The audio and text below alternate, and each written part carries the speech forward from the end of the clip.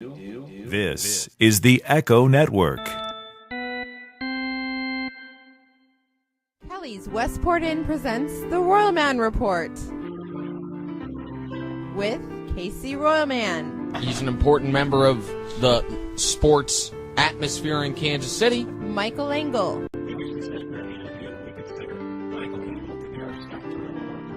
Jeff Herr. And Chris Kamler, who is the producer of the Royalman Report.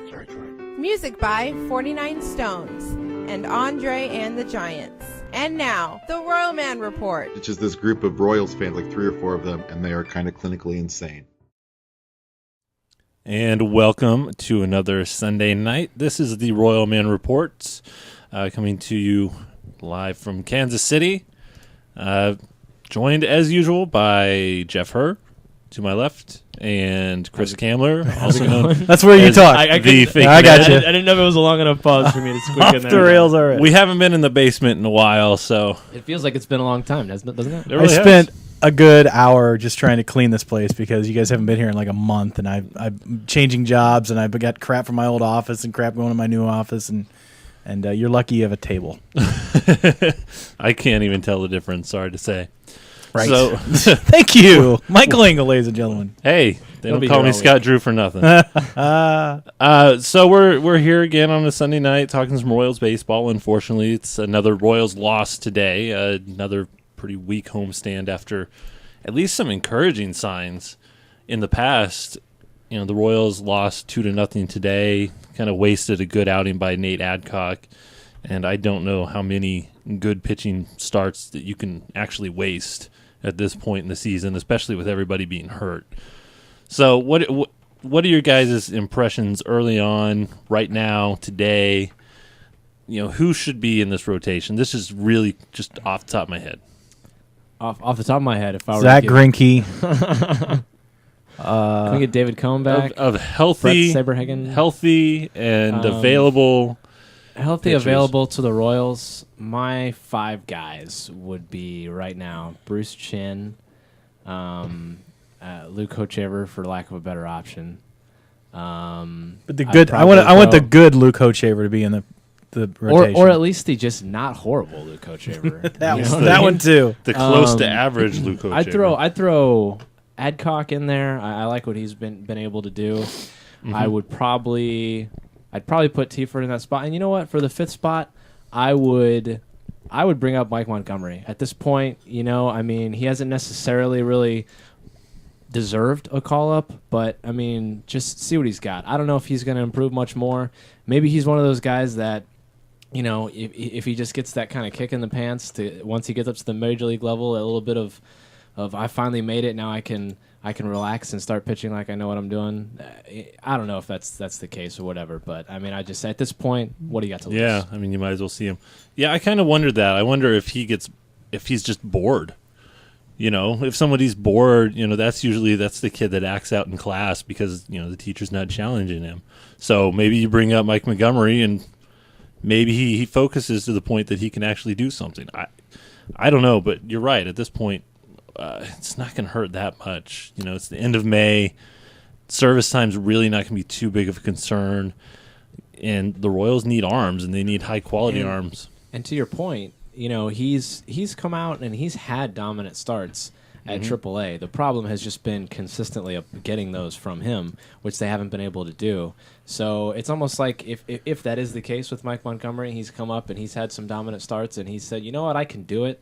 I just want to be in the majors right now, and so he kind of tunes out for a few starts, and then he gets shelled for 7 runs. That's Wakes him up, and then maybe I should get my act together. And that's best case scenario, honestly. Worst case scenario is that he's just not good anymore. Well, I had a chance to talk to him. I was in Omaha over the weekend and had actually a chance to interview him for the podcast, and he, first of all, he said he'd never heard the George Brett quote, Really? Which I found interesting. He says the Royals and he said come to terms was his phrase about long toss, and then he said he's doing everything possible to get up to the major leagues as quickly as possible. So, you know, when you kind of stand and look into somebody's eyes, you can kind of tell that he believes it. I think the Royals just need to see some additional success out of him, and he'll be up here lickety split.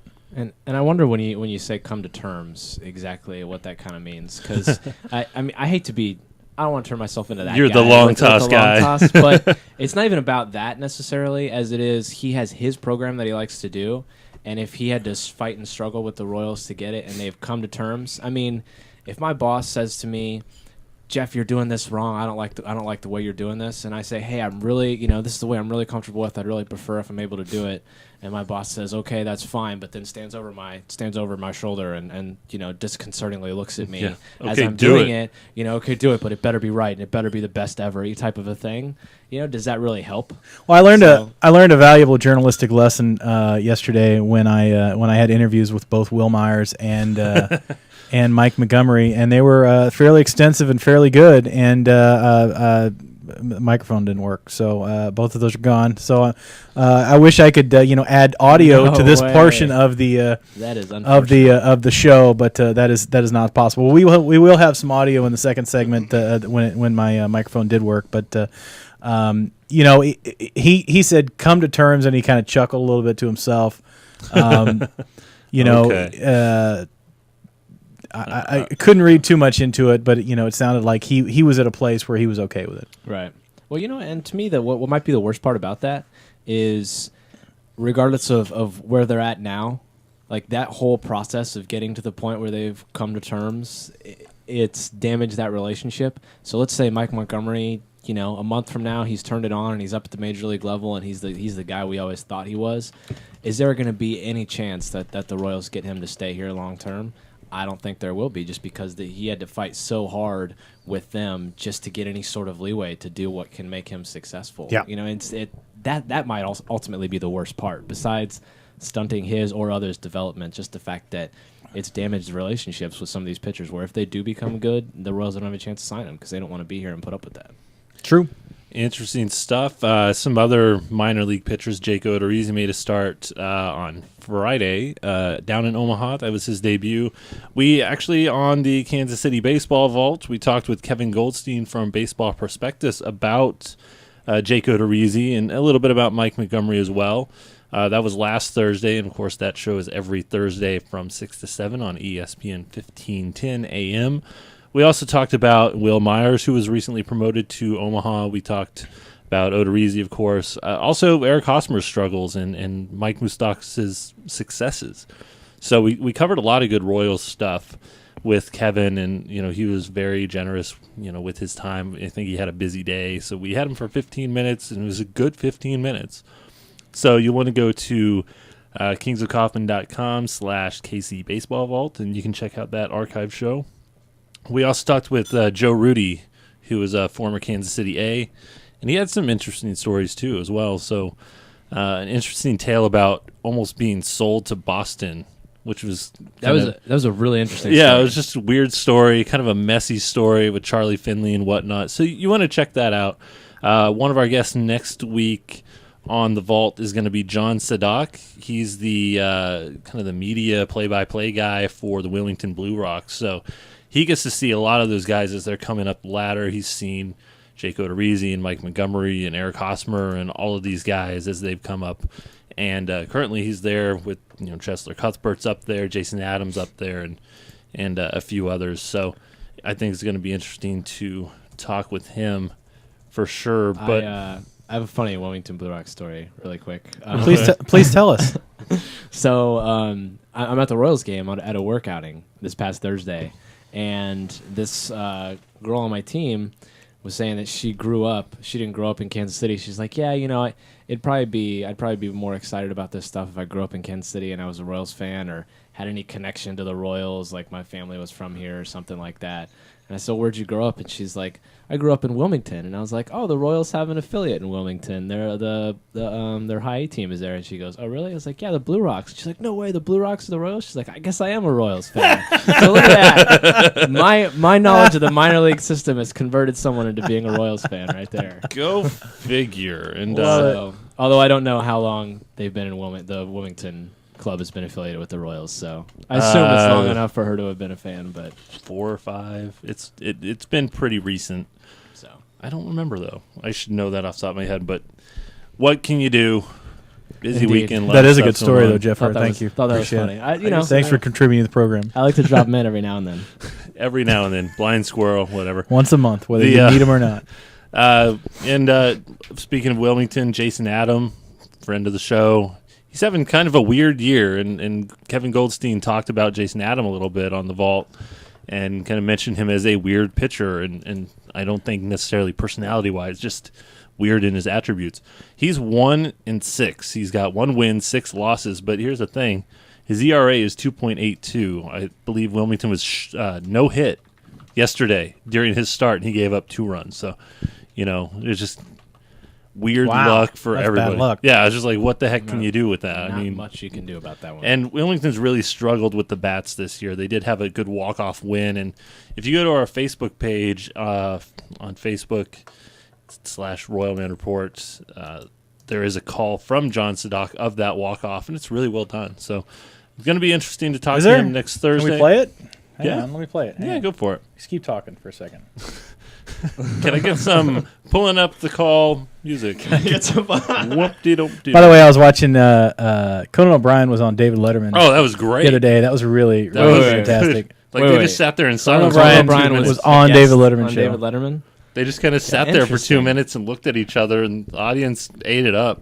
I mean, it was good TV. I am not seeing anything on the legitimately they just sat there and looked at each other. Maybe I put it on the vault. Is it on the vault? Check it on the vault. Okay, hang on. I get them mixed up. There's so many different pages and everything, so you should be following KC Baseball Vault on Twitter. We have now diversified past our level of being able to maintain. Right. They say psychologists say you can have 200 actual acquaintances / friends and be able to keep them straight, and we're well past that as far as podcasts and other projects. Here we go. I think I got it. Yep, that's it. And there it is. Like I said. And there it is. So Eidner takes his cuts on deck. And there's no intentional walk. David will see a pitch. Henry's 1-0. Swung on it, set high in the air. Deep left field. Martinez going back at the wall. It's gone! It's a walk-off home run for Kevin David. He got the pitch middle in. McClure mobbed at the plate, and now they await Kevin David. His second dinger of the season. He flips his helmet to the heavens and gets overrun by his teammates at home plate. A walk-off home run for the Wilmington Blue Rocks. They were down by 4, and they stormed back to score the game's final 5-3 in the 9th, and they win it 6-5. One of the things from that Omaha has had, they have had 5 walk-off victories and several others that have been one-run games. And we were talking about with Martie Cordero, the GM, says, maybe we should just call it the year of the walk-off or something. And I said, no, you don't want to jinx it, if you do that. But I have a newfound respect for the PR people, all the behind-the-scenes people at these minor league ballparks, because it's just, I spent last weekend or 2 weekends ago in Northwest Arkansas and this past weekend in Omaha, and it's just these guys do everything. I'm going to get his name wrong, but Ben Hemmen, who is the in-stadium announcer for the Omaha Storm Chasers. He was out there pulling the tarp yesterday. Wow. No way. It was just he took me on like an hour-long tour of the stadium. It was phenomenal. So nothing but love to those guys. How did this all go? I don't even know if I heard this story. How did this all get worked out? How did you get invited and do? I didn't get invited. Tour? I asked to come up. You did? Nobody ever asks me to go anywhere. I have to okay, ask. I wasn't sure. He I didn't know. I didn't know if maybe they honestly they. I mean, I don't think they really knew who the hell I was, but that's all right. He's got a tape recorder. Let him in. 2 weekends ago, the goal was to just get the hell out of the house for the weekend, right. With Brett and I for Mother's Day. That's what we like to spend Mother's Day. Just leave Mother alone for an entire weekend. So we just went down because that's what we were going to do anyway. I just happened to send an email to the GM out there, Eric Edelstein, and we got to talk to him. So I made it sort of a working thing. Report. We've heard of you. And then no, absolutely not.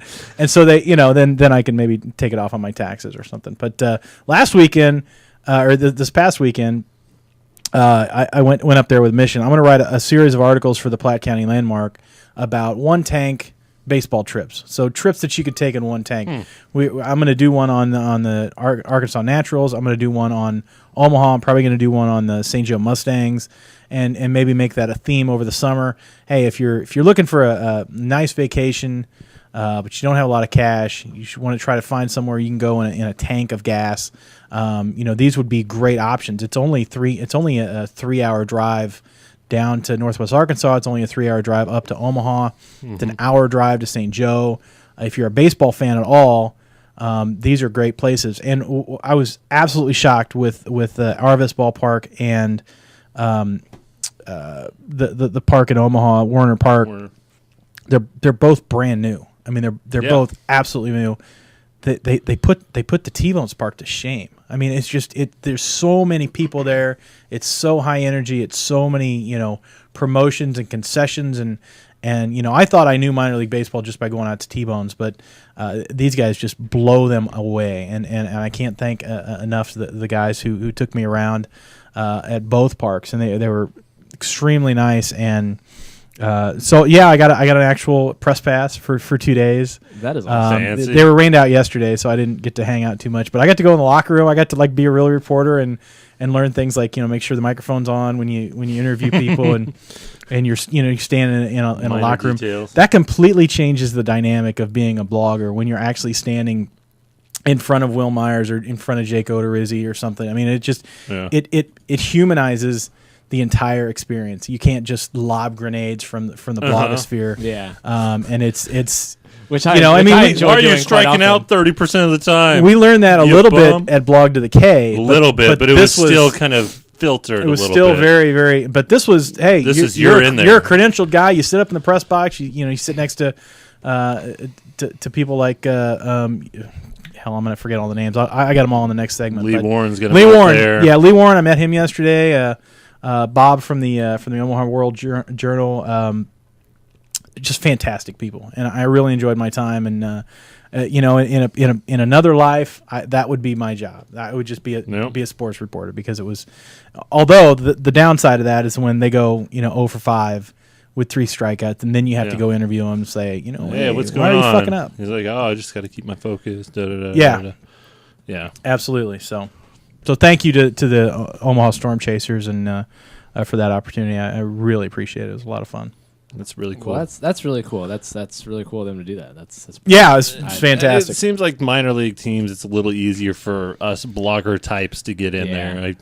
I was talking with some people on last Wednesday, talking to the Kansas City Press Club actually, and that was one of the questions that came up was credentials. And the Royals are really protective of those credentials. It's pretty much impossible for a blogger to get them unless you're actually affiliated with directly ESPN.com. It's really not going to happen. Well, and a lot of that is not just the Royals. It's Major League Baseball. Major League Baseball and the Baseball Writers Association of America, who control the press box pretty hard. Yeah. You don't have that problem, in the lower in the lower that's minor a good leagues. And in other sports, I know with the NFL at least, they, lots of bloggers have credentials there. So, even here in Kansas City. So it's I don't know all the sports how it breaks down, but I think baseball, like most things, is probably lagging behind a little bit. Yeah. Yep. Well, I mean, is there even like an NFL, like a Football Writers Association of America? I mean, that's a good question. Seems like it's you never hear about them, so I don't know. Let's go take a break. We're going to come back. We'll probably talk a little bit more about Omaha and maybe hear some audio. We'll be right back on the Royalman Report.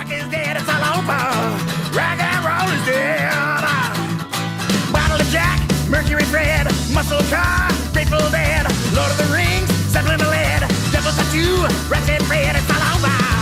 Rock and roll is dead, take it home.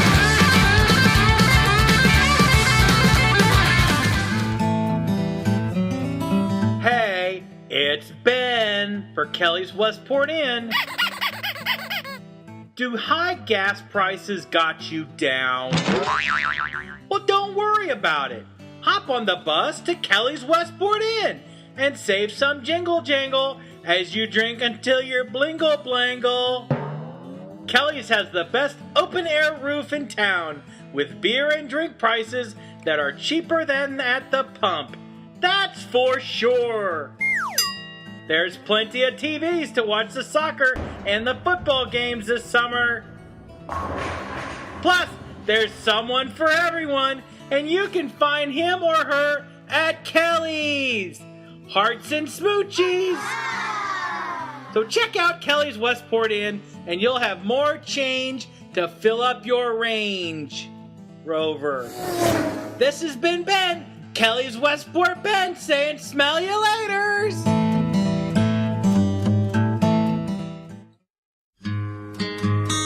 After a long day, you can only go so far. Kelly, you work hard to make the moment right. Kelly, you grind it out to make that time yours. Kelly, you pound the pavement only to find you're getting close. Kelly, you find the peak and the peak finds you. Kelly, when you find the time and she finds the time, make it Kelly. Kelly's Westport Inn can cause intimate moments and can also cause members of the opposite sex to appear more or less attractive than they actually are. You should speak to a doctor before attempting Kelly's Westport Inn, as the results might be marriage, children, or a one-night stand. Or it might just involve having some beers with your friends, eating some pizza, and watching the games on TV. I don't know. I talk very fast. Kelly's Westport Inn. You know when. Kelly's. Tell them you came for the Royalman Report.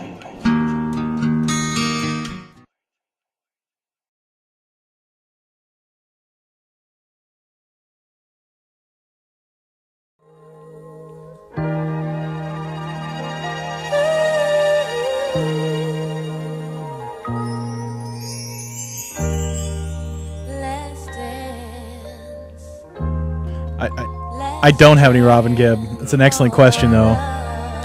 I just have Donna Summer, which is a shame, but that's all right. And I really wanted to jump to the break. Maybe I can't fast forward on this thing. Anyway, welcome back to the Royalman Report. Sorry. Oh, we're on? Oh, crap. There's been, if you've paid close attention in the last several episodes, I've tried to take a musical theme, and this is Dead Disco People, so... or Rise of the Phoenix Disco People, right? Tenacious D. Jack Black, still alive. No worries if you're a fan. Do you like booze? I do. I like booze. Come on out next Sunday to the Westport Block Party. It is Kelly's Westport Inn, and can't read what that says. Oh, it's McCoy's. Oh, the 15th anniversary. It's the 765th anniversary of Kelly's. There's going to be lots of music, lots of beer. There may be some podcasting. We're still ironing some of those details out. Anyway, if you like booze, just come out Sunday, drink, $5 cover, mention the Royalman Report, and slip the guy a $5 bill, and you won't have to pay anything. So, see what I did there? See, I did that. I see what you did there. Yep. It's going to be a lot of fun, and we'll try to make it out there and shake some hands, kiss some babies, shake some babies, kiss some hands, and we will have a good time. As I was mentioning, welcome back to the Royalman Report. I am Chris Candler. I'm joined by Michael Engel, Jeff Herr. Troy Olson is on assignment this weekend. What is he? Is he protesting in Chicago? Is that what he's doing this weekend? Protesting the NATO stuff? I think I saw him on CNN. Probably. He's the guy in the tights. I believe that's that what guy. he was saying. Chicago, there's no shortage of people in tights. He got some play on Fox Sports. Yeah, he was on there all for over that 20 thing. seconds, and it was. I was looking at my Twitter, and I have this list of Just just people blow to it follow up. from Royals, and it's like 14 in a row, and it's all like Royalman's on TV, Royalman's on TV. I missed this. Yeah, he was on TV. Oh yeah. Yeah, They just shot him. It was it during the one of the extra inning games? game? yeah. It was that Baltimore game. It was Wednesday. It was that Wednesday. night, yeah. It's another one of those nights in the Twitter sphere where everybody was awake watching the game. It's just there's nights that everybody just kind of hangs out Like and everybody watches it. decides, I'm going to stay up and You know watch what? some Royals baseball tonight. Love it.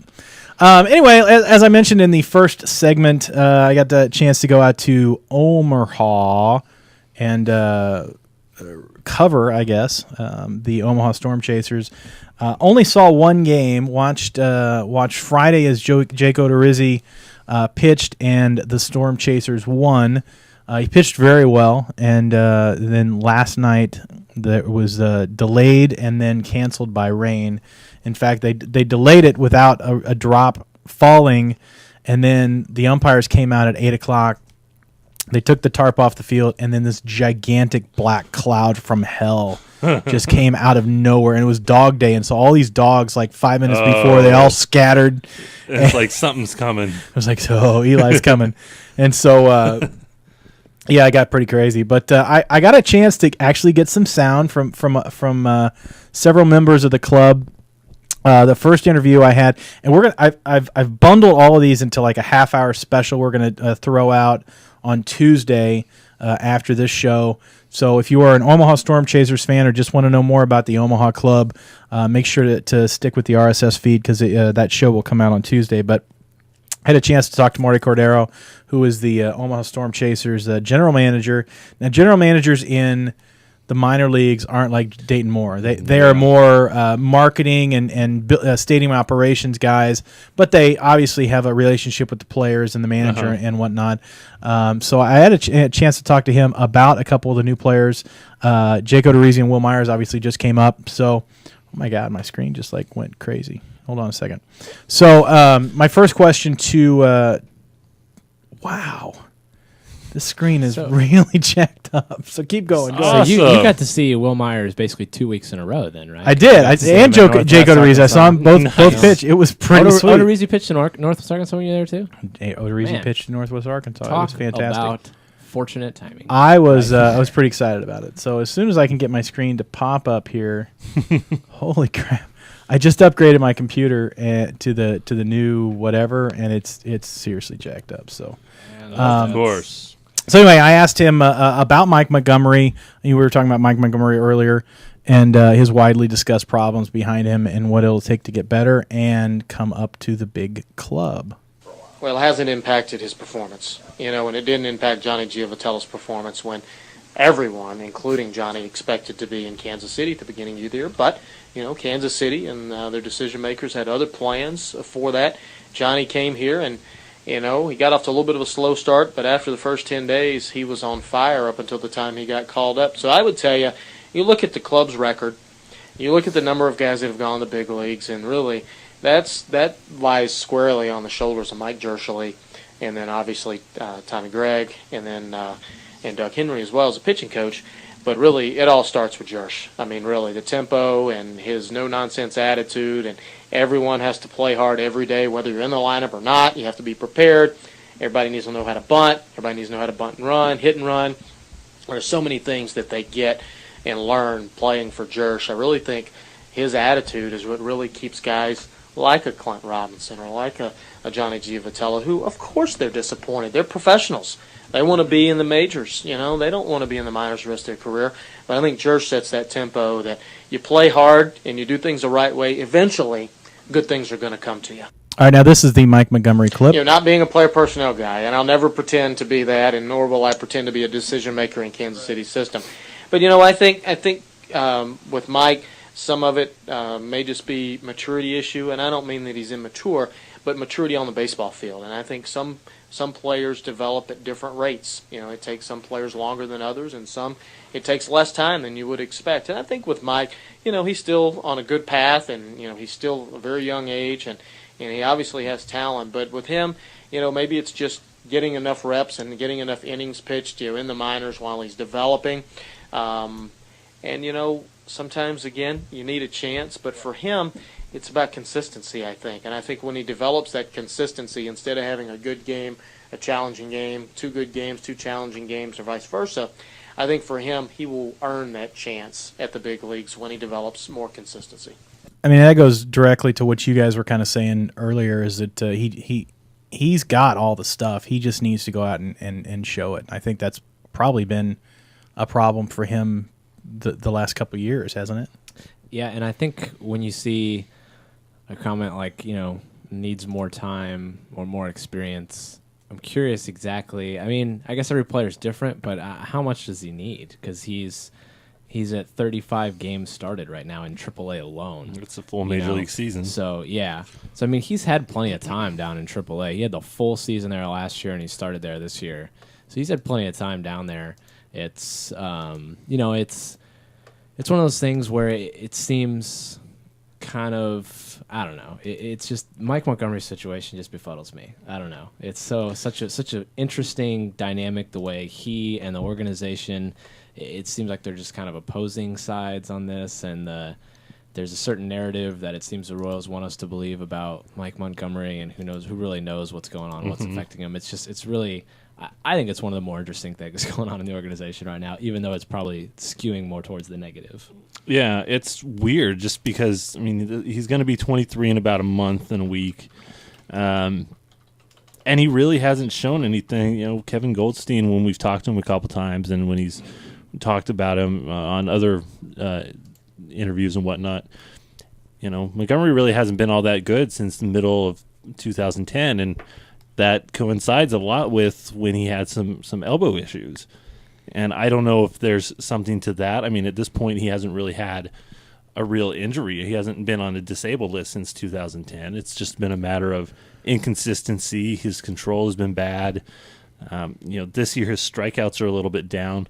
His ERA is looking at least kind of average, and along with the talent, you know, he's not getting blown up like last season as often. But it's really strange just because, you know, you've got this guy who's got all this talent. He's been one of the top pitching prospects for the last 3 years, and it's not coming together. And I don't know what really needs to happen. I haven't seen him enough to really be able to pinpoint, you know, this or that, or if it's something that's with his delivery, if it's something with how he's approaching, if it's pitch sequence. You know, I don't know, but he does have the stuff to do it, and that's what he's going to have to rely on to really get to the next level, is trust in that stuff and go for it.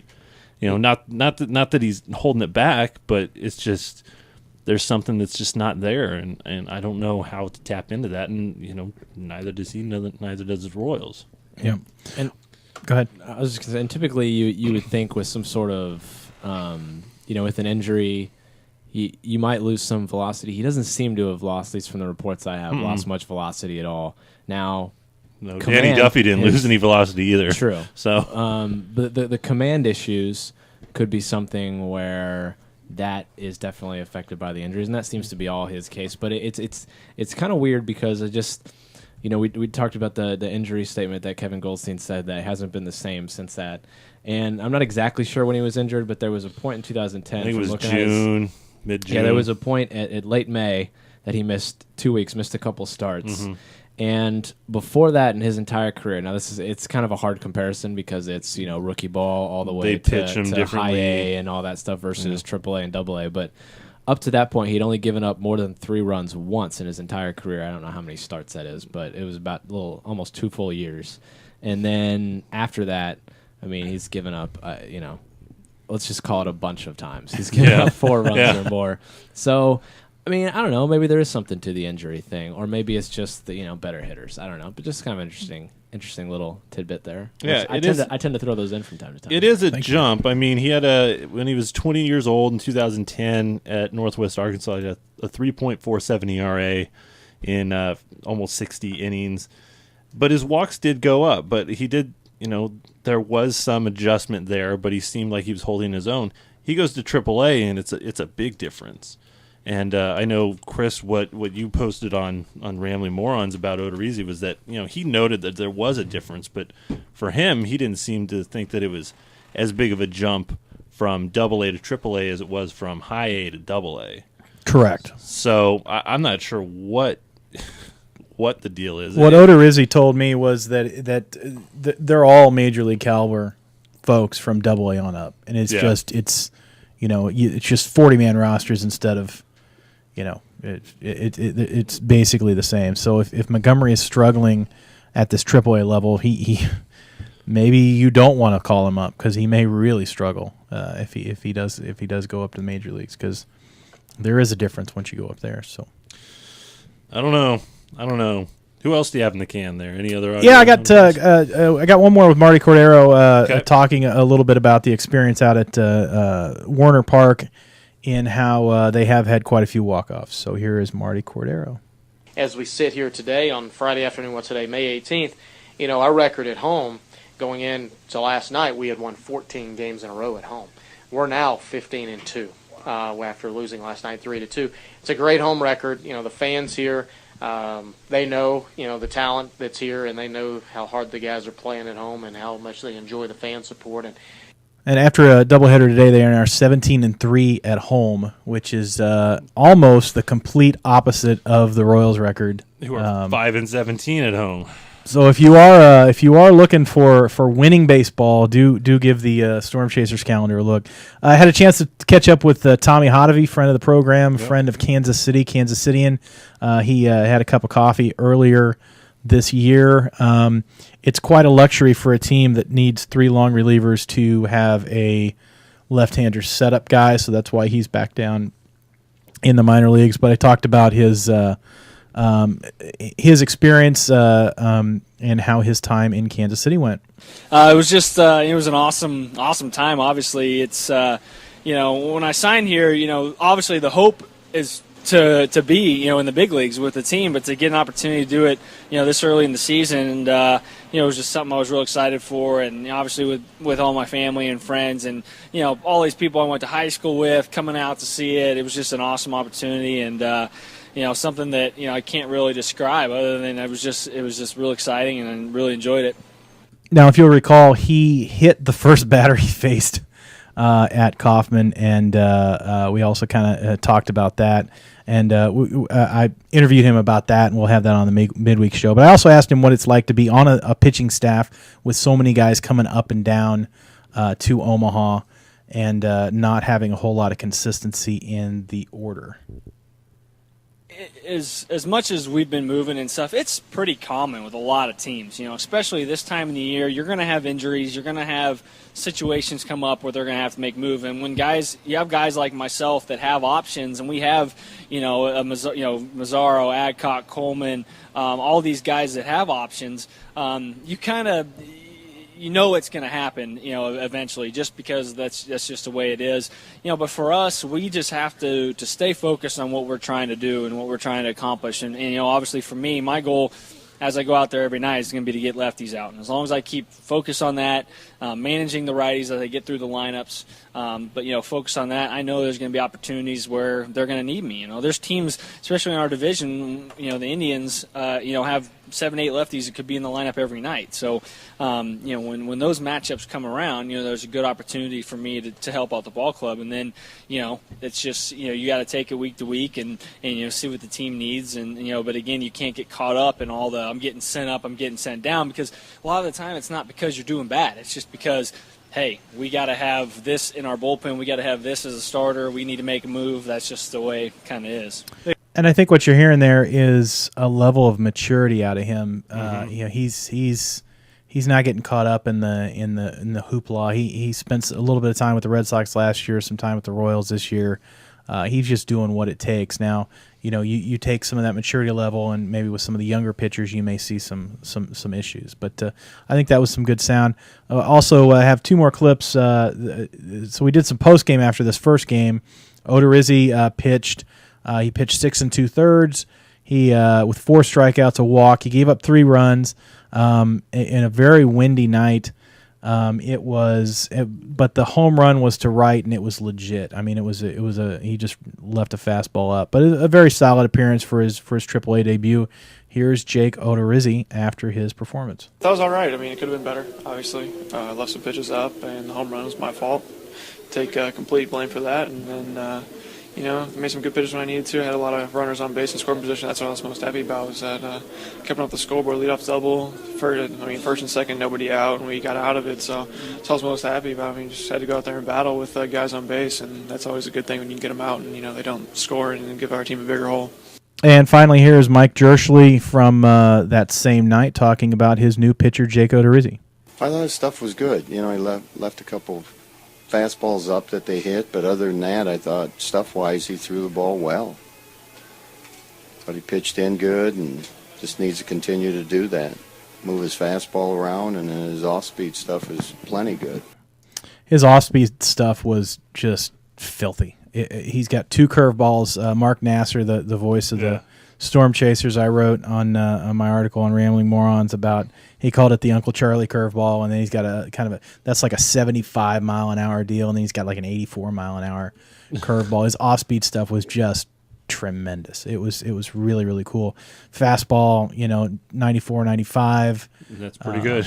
It's not bad. So, if he, I don't see him spending all season in Omaha. I think the way the rotation is right now, it's just if Montgomery can't put it together, I think Odorizzi's gonna leapfrog him.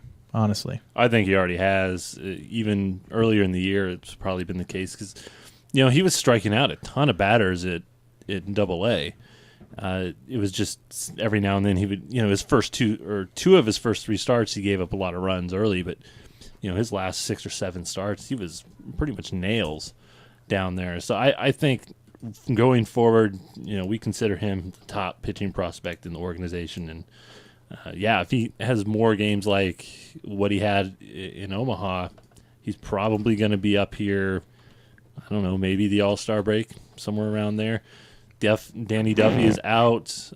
Jonathan Sanchez is apparently he's in Arizona doing bullpen sessions and things like that. So, he's probably not going to be around for a while either. So I don't know if there's going to be a lot of competition for him once he gets things going in Omaha. If he shows that he can consistently get those guys out. And didn't want to interrupt, but friend of the show, Ryan Verdugo, is another option too.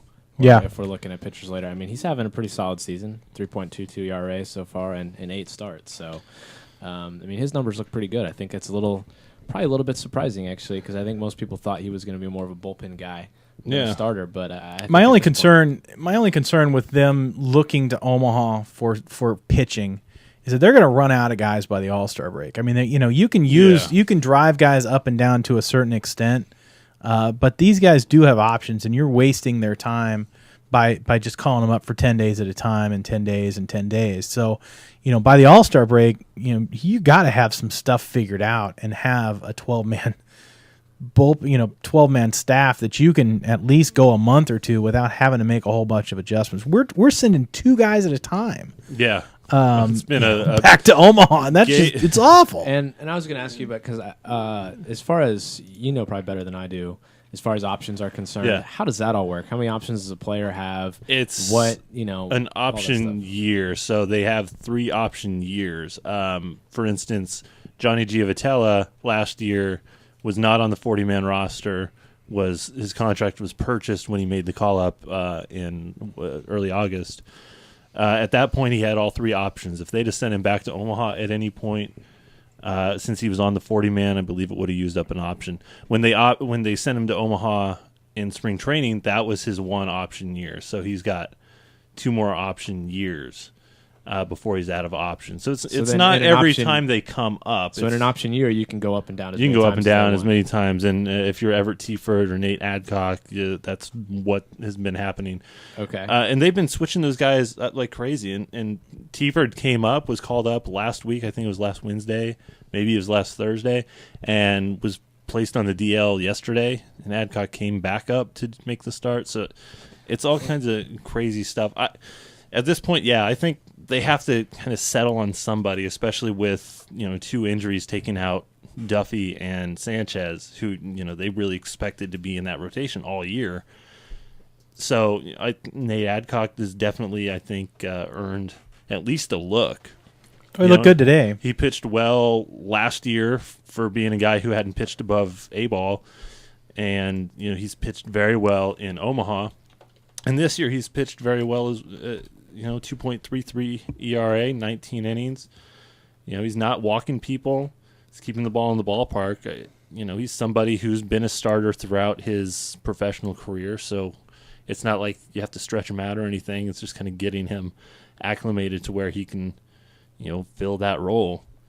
So, but they do have to get some kind of stability, because you can't just keep bringing guys up and whatnot. And even if they do, you have to try to find a spot for this guy and that guy, and then, even if it's like a phantom disabled list situation, that guy has got 2 weeks where he's just not doing anything, and, then you have to get him back to game speed, and, there's a lot of complications in doing that. And I think with the relievers, you can kind of get away with a little bit more, because you're not taking them so much out of their routine like a starter. starters, their week is pretty much regimented to gear up to that 5th day where they're making the start.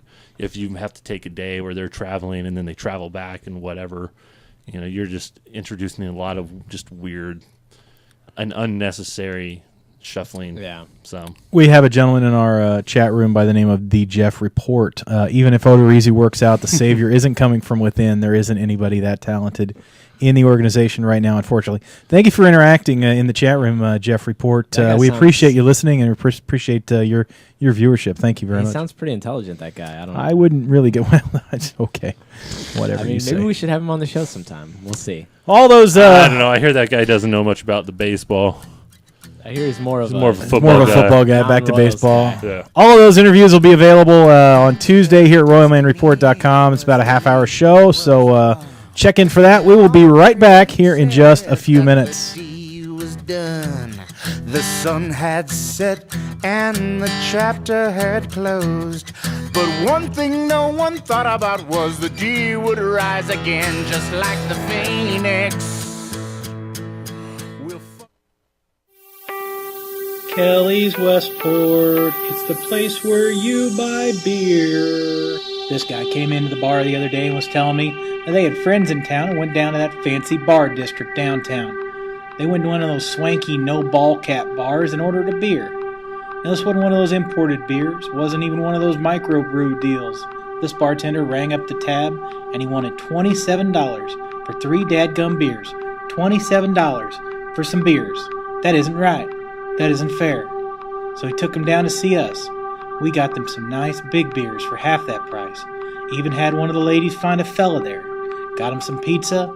Listen, don't fall victim to those overpriced, no-ball cap bars down there. You might as well take your money and throw it in the trash. Kelly's Westport, it's the place where you buy beer. Kelly's Westport Inn, tell them the Royalman Report sent you. Come to Spit Cup this week. We'll let the person who has the highest bar tab ride the bull. We don't have any TVs in our bar, but we make our own entertainment. Mondays, it's free cover charge to anybody with a gun rack in their pickup truck. Tuesdays, we've got $8 beer night. All domestic beers are on special for only $8. It's Spit Cup. Wednesdays is longest tobacco spit. Thursdays is foot fungus night. Friday night is jamboree night. Bring your crap kicking in your 10-gallon hats. And this weekend, you get our world-famous Spit Cup girls. You get to pick which one has the most teeth. It's Spit Cup. No love letters, talking to the wall.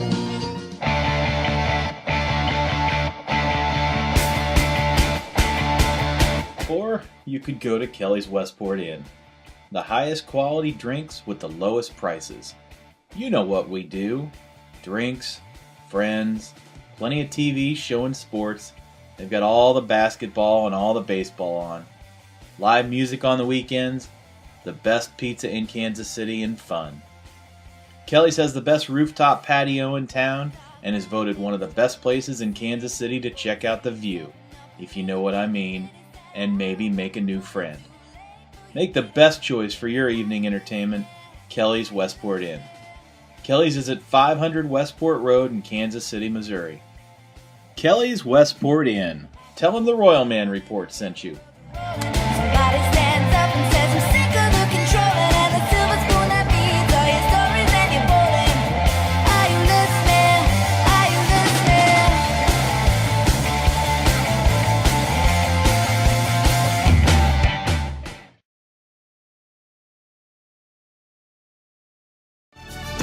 Looking out for a place to go, where they play the right music, getting in the swing. You come to look for a king. Nice. Welcome back to the Royalman Report. Anybody could be that guy. What? We're just gonna listen to Dancing Queen all the time. I don't know if you are or not. I can't hear you. I can't hear you. I can hear Try you now. just because I'm right beside you. Did you hit the button on the thing? No, he's good. Hey, welcome back to the Royalman Report. You don't get to talk the rest of the show. Usual gremlins. Now I hear there you are. myself. There we go. I was going to say that was the Michael Ingalls special. You were, in the song interesting and not interesting little side note on Dancing Queen. There we go. At one point, this is my freshman year at KU, and I lived in the dorms, and I came home from work one night, and it was like Friday night, and I guess there was like this pseudo dance party inside the lobby of my dorm. It's not surprising. That happens. And as I walk in and check in with the little desky and everything, Dancing Queen is playing. So that's my... Anyway. When does the story start? That was it. Okay. That was pretty much it. Michael Ingalls. Welcome back to the Royalman Report. Talked a lot about Omaha, but let's take a look at Kansas City now. I'd almost rather talk about Omaha. Right, I know. It's a lot easier when there's success going on. Yeah. But right now, I have to say, Felipe Paulino is looking like this team's ace, if there is such a thing to be had. You know, he's come back from the disabled list.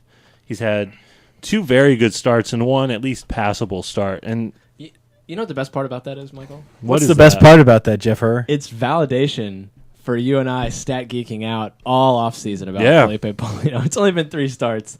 We don't want to get ahead of ourselves here on the Royalman Report because we never do that. Right. But it's nice. It's nice to have. He's got 21 strikeouts in 18.2 innings. That's pretty good. And somebody who led the team in strikeouts per 9 innings last year and strikeouts overall, he had 8.6 strikeouts per 9 innings last year. Hasn't walked that many yet. That's kind of been a problem for him in the past. But so far, he's looking like a guy who can carry the load. And he's also a guy who's not opposed to throwing 120 pitches if he has to get through 7 innings, which for a team like this, for this staff, that is almost as valuable as the actual strikeouts and performance, just because they've torn through so much in the bullpen already that you don't want to wear those guys out, so you don't have to wear out that I-29 bus to Omaha. Yeah, and it's just I guess I see that Felipe Paulino, when it comes to his pitch count, I mean, I guess he's warranted being out there a little bit longer, but it's always been kind of interesting to me that, there were a couple times last year where they let him go 120, 125 pitches, and they never let anybody else go that far. And now I understand Bruce Chen, 36-year-old crafty lefty, multiple injuries. If he gets to 100 pitches, pull him out. I'm fine with that, But someone like Luke Hochevar, but then again, if you let Luke Hochevar go past 100 pitches, you're ticking implodes. time bomb. So I guess I see. If you let him go past the 4th inning, that's true. It's not the pitch count; it's the inning count for him. If you let him go out there. Yes. It's the fact that he's pitching. The inning or the pitch count has no bearing on Luke Hochevar giving up 4 runs without giving up 6. You're good. Yeah, it's a quality start. We should make a new stat called the Hochevar quality start. If you get quality start, 5 innings, 4 runs. Get past 4 innings with under 4 runs, it's a quality start. God, that's so depressing. His ERA is 7.02, which has actually come down after 2 starts. I was just going to say that it went down. Ridiculous. I mean, I don't know. We don't want to talk about that anymore. We're not talking about Luke Hochevar. Nope. It's tonight just on this such program. a strange year for pitchers. Luis Mendoza. The darling coming out of spring training. He did have a good outing in relief of Duffy a week ago.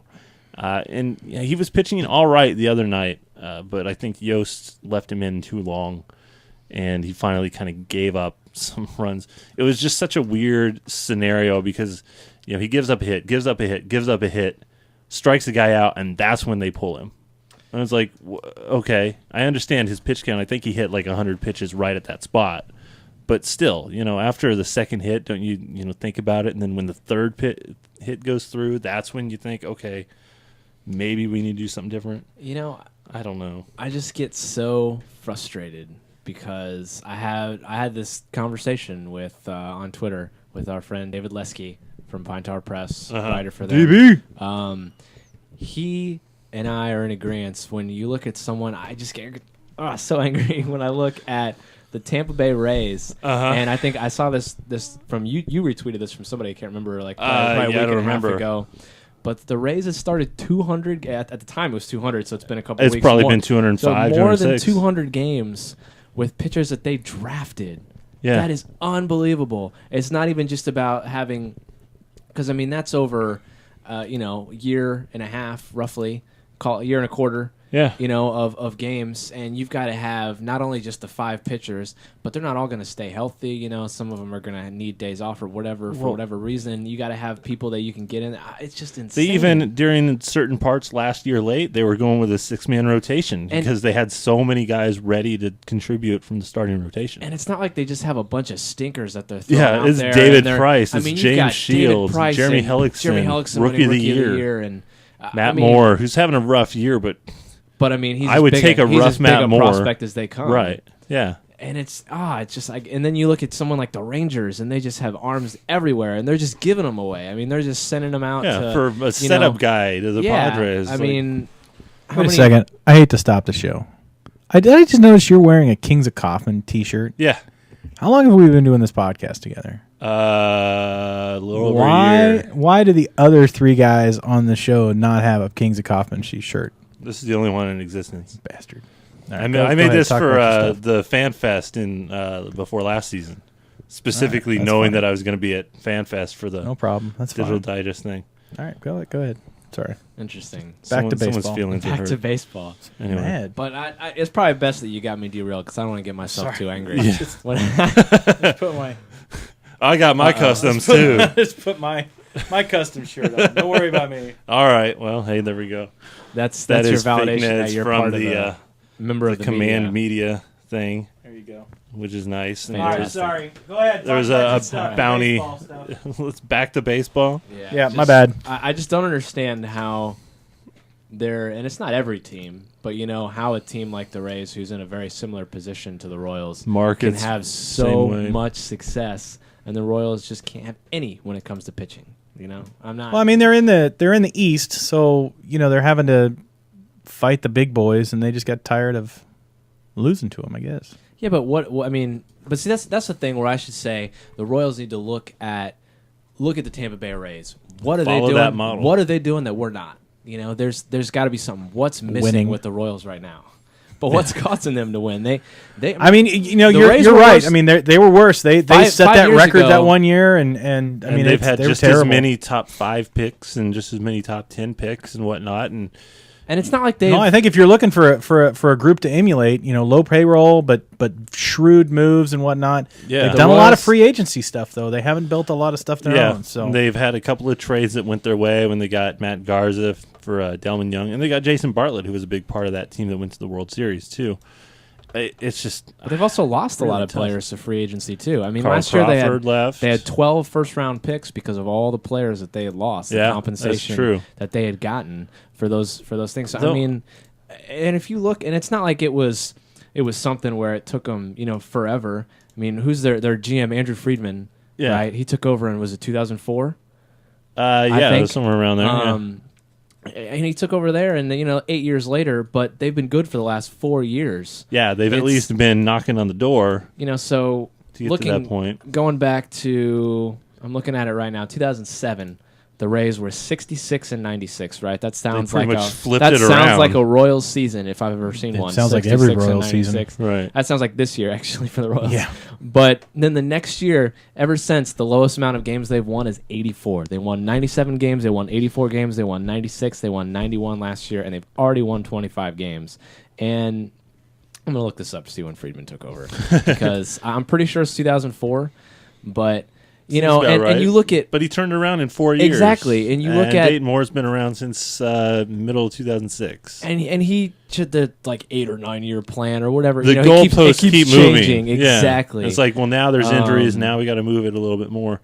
I don't know. And- But the thing with the Rays is they're not a see. traditional organization.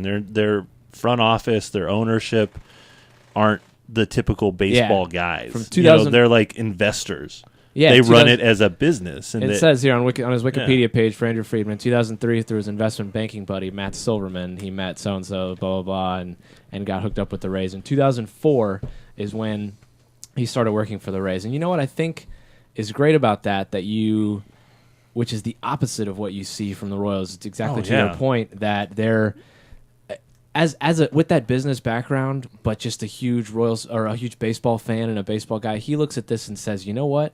What can I do to make this team better? And he doesn't have to worry about like, oh, well, when I grew up playing baseball or when I came up in the majors, I was doing this, you know.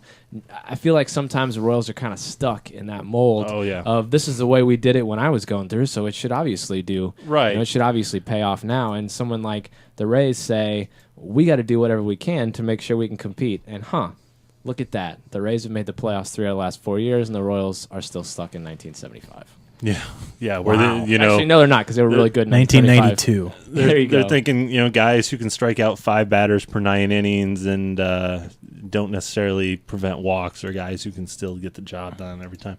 And Kevin Scobie had a nice little exchange on Twitter earlier today, and this is kind of related to that same baseball guy mentality. Jeff Francoeur went 4 for 4 today, and he'd been struggling a little bit, but they weren't all really hard hits.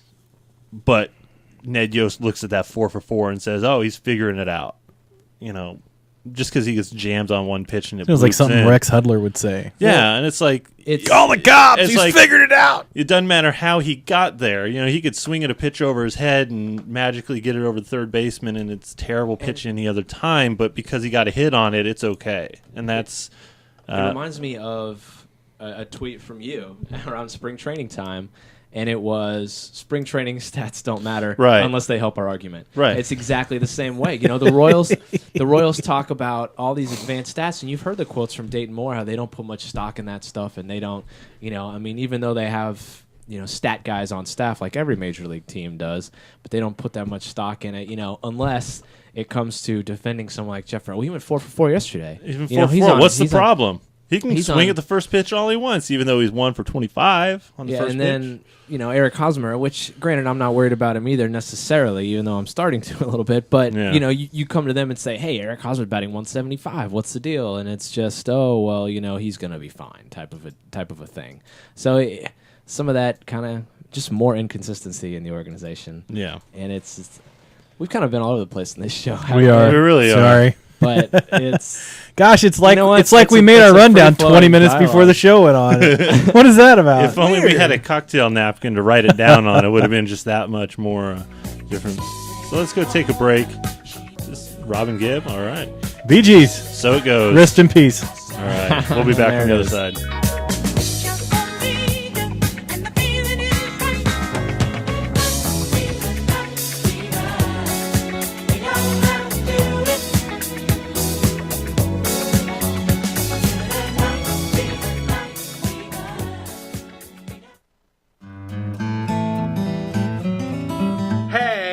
It's Ben for Kelly's Westport Inn. Do high gas prices got you down? Well, don't worry about it. Hop on the bus to Kelly's Westport Inn and save some jingle jangle as you drink until you're blingle blangle. Kelly's has the best open air roof in town with beer and drink prices that are cheaper than at the pump. That's for sure. There's plenty of TVs to watch the soccer and the football games this summer. Plus, there's someone for everyone, and you can find him or her at Kelly's. Hearts and smoochies. So check out Kelly's Westport Inn, and you'll have more change to fill up your range, Rover. This has been Ben, Kelly's Westport Ben, saying smell you laters.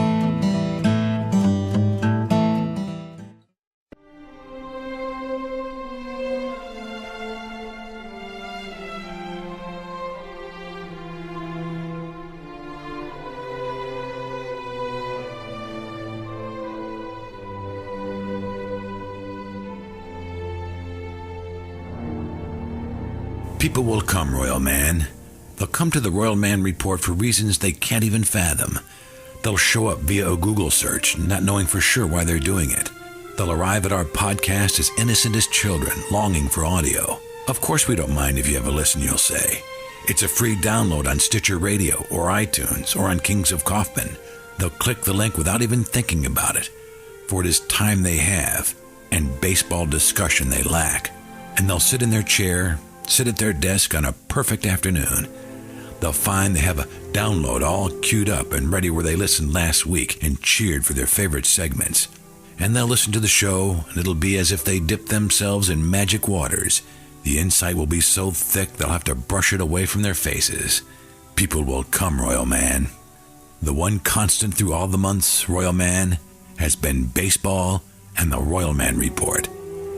Kansas City has rolled by like an army of steamrollers. It has been erased like a blackboard, rebuilt and erased again. But the Royalman Report has marked the time. This podcast, these listeners, it's a part of our past, Royalman. It reminds us of all that was once good and could be again. Oh, people will come, Royalman. People will most definitely come.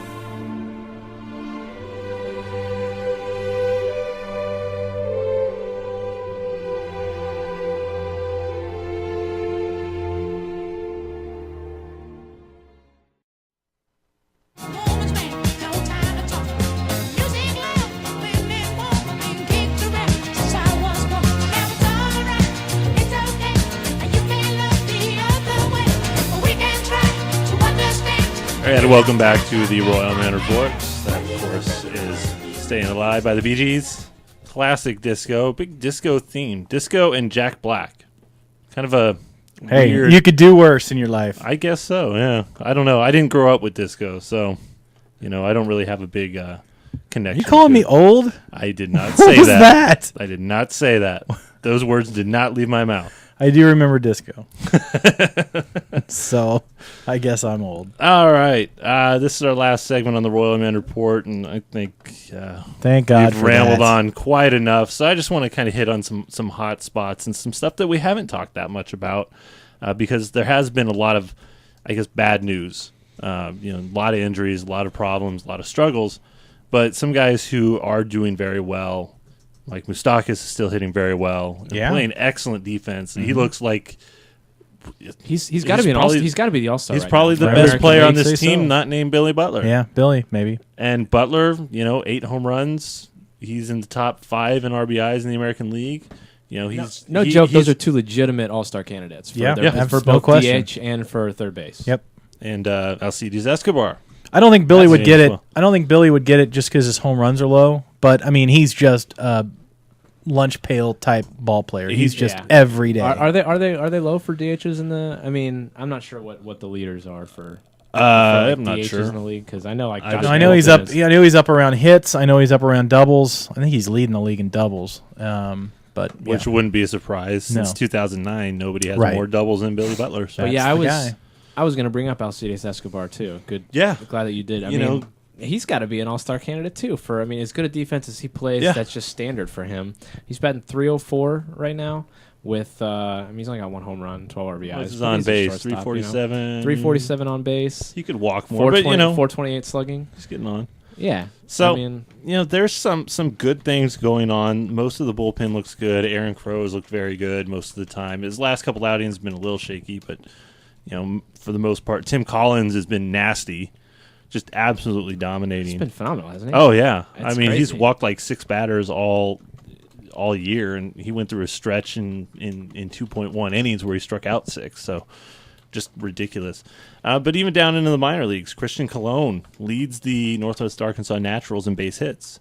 And he's somebody, Kevin Goldstein mentioned on the Vault on Thursday that he's somebody who could probably be in Omaha right now. I think he actually didn't Goldstein say that he was surprised that he's not already in Omaha. Yeah, yeah, and the way he's been hitting, he's walking, so his on base percentage is very good, but it's not.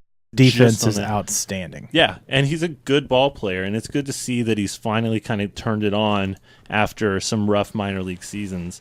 Especially, he's a first-round pick, and he's a first-round pick that the Royals passed on Chris Sale. They passed on Drew Pomeranz. So to get something out of that pick is going to be great. And we've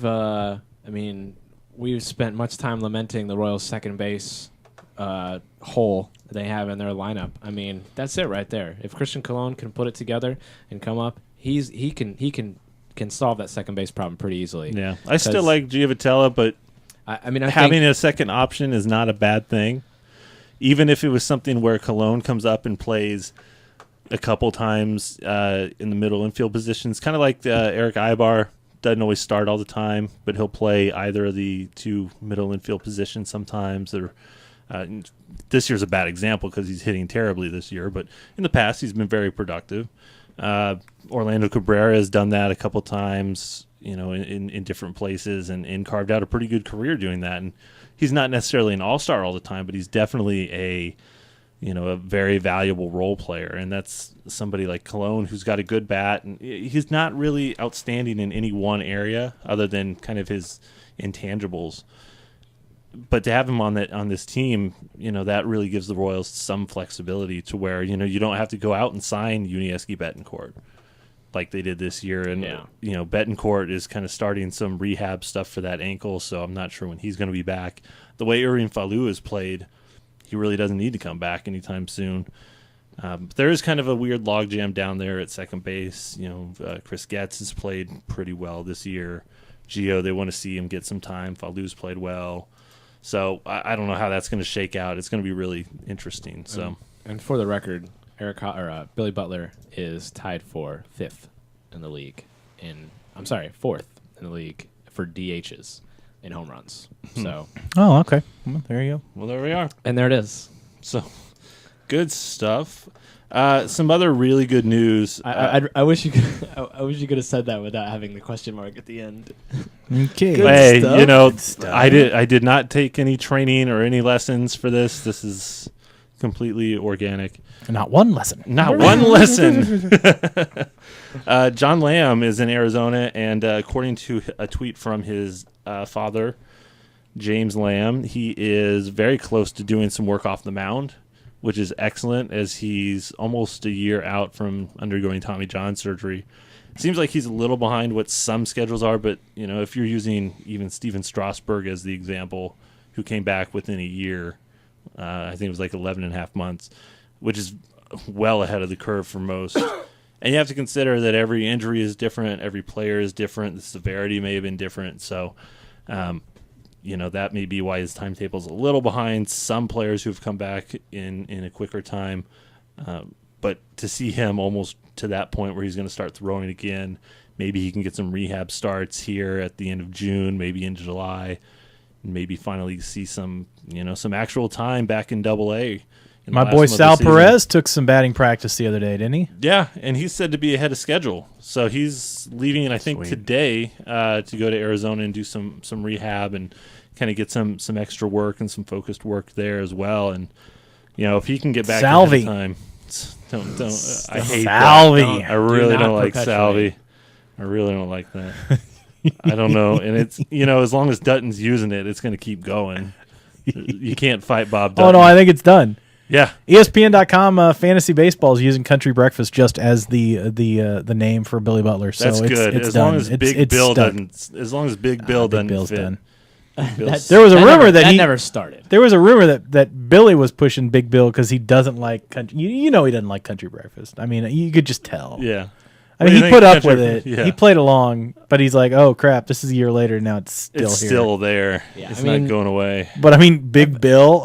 Big Bill. Come on, man. Is he a wrestler from 1962? Is he a Big? Is he a chain of breakfast breakfast? You know what? That would be hilarious to see. Is the scene with like a bat, like the big boy. Hi, I'm Billy Butler. Come get my Big Bill special. He did get a sandwich named after him somewhere, didn't he? I thought so. I wouldn't be surprised. Oh, did he? I thought so. Okay. Is it the country breakfast sandwich? Ooh, that would be awesome. That'd from Hardee's. Yes. Maybe like 2 waffles with some eggs, hash browns, and sausage links. What's sad is I've made that concoction. I've definitely made a waffle sandwich before. Yeah, where I use a college student hasn't. Who hasn't done that though? Gravy on top of it. Oh. Man, I'm hungry. I'm hungry now. Speaking of which, we should probably send this out, shouldn't we? Yeah. Back to baseball and back to... We're getting ridiculous. Right. It's crazy. Hey, nutty. Be sure next week, we're still not sure if we're going to be down at Kelly's to do a podcast, but we should be down there to hang out at least. Next Sunday, that's for the block party for Kelly's and McCoy's. McCoy's has some really, really good beers out there if you are someone who partakes in such beverages. The ginger shandy is fantastic for this time of year. Ginger shandy, fantastic. It's so good. And this has turned into a PBS show all of a sudden. Yes. Oh, the ginger shandy is outstanding. Oh yeah, excellent. Well done. The time is 8:15, and you're in case listening you're just to joining the us, this is Welcome to All Things Perspectives. Considered. I'm Fake Ned. It's beer hour here on NPR. Sweaty balls. I was just you beat me to that drop right there. I was Sorry. gonna get it with the sweaty balls there. So you want to get Your to balls that? taste very good in my mouth. My favorite thing about your balls is they're just so tender. Sorry, Troy. Sorry, Troy. And then Sunday, the All-Star Week, we're going to be out at the Negro Leagues Baseball Museum with the guys from Baseball Exciting Perspectives, times for guys us, like I bet. Kevin Goldstein and Jason Parks and Joel Hemrahi and Jeff Houston. Jeff Houston is the guy who Real baseball guys. He Not does- just pretend baseball They, guys. they, Like, they actually know what they're talking real about. baseball guys. Jeff Houston is a Kansas City guy. He does the COTS baseball contract, which is an excellent resource if you're looking for information on, when a guy debuted, when he was called up, his service time, his options, his bonus, all that stuff. It's really good stuff, and I find myself looking at that stuff at least every off season for at least a month straight. So, and anytime I need to refer to it for any other things, the Royals, they're not really, I think all their kind of extensions are done for the time being. For now, with Moustakas and Hosmer being the kind of Boris clients that we expect them to be. So it's not really worth comparing what other guys are getting for that, but it's a good. The Boris resource out PR there. machine though keeps moving on as he was featured. Hosmer was featured in a Sports Illustrated article this past week Good timing with a 177 batting average. Yeah, I hope he turns it around because it's just tough because the talent's there and he's been hitting the ball well, but there's a certain point where you just kind of have to take it for what it is, and the average isn't there. He's at almost a record pace for batting average on balls in play. For suckiness. Yeah, it's just so bad. How many but, polk points for suckiness? You get negative 15. negative 15 polk points. Yeah, and if you pout on the way, it's another -5. Nice. So, attitude is everything, I think. So we're going to get out of here. Be sure to check us out on Thursday at 6 p.m. Central Time on 1510 a.m. That's an ESPN affiliate. That's the Kansas City Baseball Vault. We'll be back probably next Sunday. We may be down at Kelly's. We may not be. Who knows? But for Michael Engel, myself, for Chris Kamler, and for Jeff Herr, this has been the Royalman Report. Thanks for listening. Tune in next time.